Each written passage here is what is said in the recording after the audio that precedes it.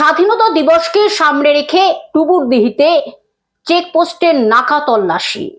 বাংলা ঝাড়খণ্ড সীমান্তে কুলটি থানার চৌরঙ্গি ফাঁড়ির পুলিশ ও ট্রাফিক গার্ড পুলিশের যৌথ অভিযান। রাত পোহালে 15ই আগস্ট স্বাধীনতা দিবস।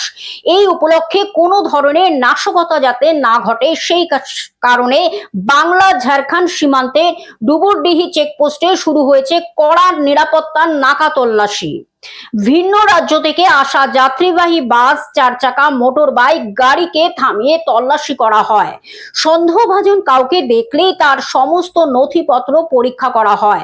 কোথা থেকে আসছেন এবং কোথায় যাচ্ছেন তার গন্তব্য বিবরণ জানা হয়।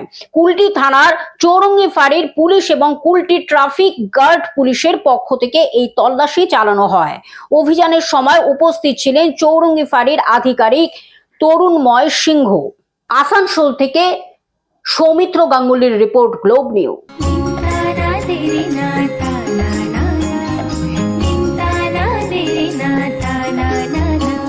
পাশে সবার প্রিয় গ্লোব টিভি, সাথে সবার প্রিয় গ্লোব টিভি।